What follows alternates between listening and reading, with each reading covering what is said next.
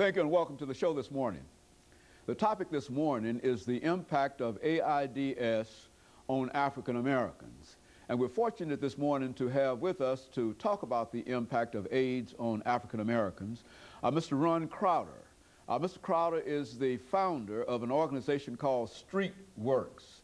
And not only is he the founder of this organization, but he is also the executive director of StreetWorks. And of course, Mr. Crowder, let me welcome you to the show this morning. Thank you, Dr. Haney. And to tell you, Mr. Crowder, how delighted we are to have you again on this show dealing with this issue.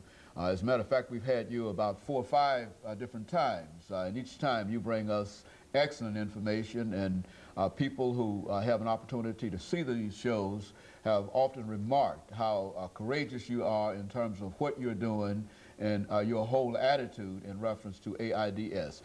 Before we get started into the impact of AIDS on African Americans, Mr. Crowder, let's have you to give us some information about your background, your education, and some of the experiences that you had before you became the founder of StreetWorks. Okay. My name is RCrowder, as you said, and I'm a native Nashvilleian, grew up in North Nashville. I attended Pearl High. Later on, I attended Tennessee State University, got a degree in accounting. I worked for several AIDS organizations. I worked for Meharry Medical College. I went on to work for an agency called Women, and now I identified a need for further services, and I started StreetWorks. StreetWorks is an organization that does HIV education, prevention, and care. So we actually provide services for those people who are infected with HIV. We're located at 1431 Joe Johnston in the John Henry Hale housing site. And our hours of operations are specifically 6 p.m. to 6 a.m. So we have outreach workers out on the streets doing HIV prevention and education during the times when the services are mostly needed. And that's during the nighttime hours, since our target population are those who are at the highest risk for HIV infection. Okay, you talk about HIV and AIDS, Mr. Crowder, and I think we've talked about it on a number of occasions, but still there are some folks who really don't understand what AIDS and HIV is, and give it to us from that perspective so that the average person might understand what we're talking about here. HIV is an acronym for, an acronym for human immunodeficiency virus. It is the virus which causes AIDS. And there's 3 modes of transmission, and that's blood to blood, which most commonly occurs by sharing needles. We talk about any kind of needles, tattooing needles, body piercing needles. You can get it from sex, you know, unprotected sex with an infected person. Now that's important. One of the persons in the sexual act has to be infected. And the other mode of transmission is an infected mother can transmit the virus to her unborn child. Those are the only 3 ways you can get HIV. And there's 4 body fluids which transmit HIV, and that is blood, semen, vaginal secretions, and breast milk. And what I'm saying here is you have to get one of those body fluids of an infected person into your body. And right now, HIV is impacting African Americans at a disproportionate rate. We account for over half of all new infections. That 1 in 50 African American men is infected with HIV, and 1 in 160 African American women is infected with HIV.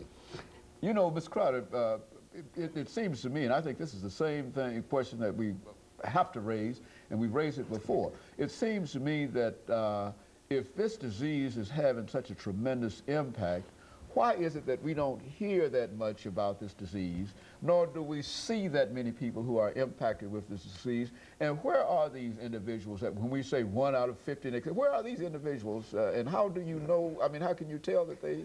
Well, Dr. Haney, first of all, HIV has such a negative impact associated with it that people it's called stigma. It has that stigma attached to it. So for some reason or another, African Americans has never been able to actually deal with the fact that they could be infected with HIV. I think the news media had a big part in that, that when it first came out back in 1981, 82, when we first heard about HIV, it was only said that HIV is affecting gay white men and injection drug users. Well, most African Americans thought then that it was not a disease among African Americans, when they should have identified it as what it was. It was a sexually transmitted disease. So a lot of African Americans doesn't think that they, you know, that it involves them or they are impacted by HIV. So it was a little misleading in the beginning, and therefore we didn't think that it was our problem. But it is a problem now, you're saying. It's a real problem amongst African Americans. And again, with the stigma that's associated with the disease, that you're right, there's no African American saying, okay, I got HIV. So therefore, every time it's publicized or you see it on the news, it's always a white person, a white gay man mostly, that's coming out or disclosing his status. We as African Americans think that we have to keep it hid if we got it, rather than, you know. But now there's a danger, it seems to me, and I think we've, and this is what I know about the disease, that there's a danger that it can progress much faster if you ignore it. Is that what we're saying? Well, HIV is a very individual virus, and it affects everybody differently. And HIV comes in many strains, and no one knows what strain is what. So you may have a strain that does, you know, go fast, or you know, or you may have a strain that's very not aggressive, inaggressive rather, that moves slowly.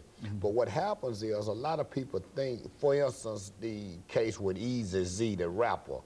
1 week you heard he had it, the next week he was dead. Well, what people don't know, he probably had it for several years. And, you know, HIV is a very tricky virus as well. You know, you may get it this year, and it may take 10, 15 years before you show any signs or symptoms of having HIV, okay? That doesn't mean that the virus in and of itself is not actively moving and progressing, and the disease is not progressing, but it's... But you don't find any symptoms, and if you don't find any symptoms, the idea is that maybe you don't have it, is that? Right, absolutely. And there's only one way you can tell if you have HIV, and that is to get tested. And that's one of the things we at StreetWorks do. We have a grant to aggressively to find those who are infected and let them know that they're infected. And the way we do that is through the oral mucosal testing. So we don't draw any blood, so when we're out doing street outreach at night, we can test them right there on the site, right, you know, as we encounter them. So you can actually deliver this test outside of a syringe. Absolutely. You can do an oral test. And we do an oral swab in between the cheek and gum, and we can have the results in 2 days. And that's another asset. Now, if a person don't have to go to traditional 2 weeks from testing time to time of getting the results. And of course, Ms. Crowder, we're coming to the end of this first segment of the show now. When we come back, we're going to have 8 minutes. And what I want you to do is to talk about StreetWorks. I think you've indicated that you're located in what you consider to be a high-risk area for HIV, AIDS, and I'm sure that there are some of the experiences that you can tell us that will be revealing in terms of how people are reacting to this disease and some of the things that are happening to them. And of course, we'll be back with our audience following this very, very short commercial break.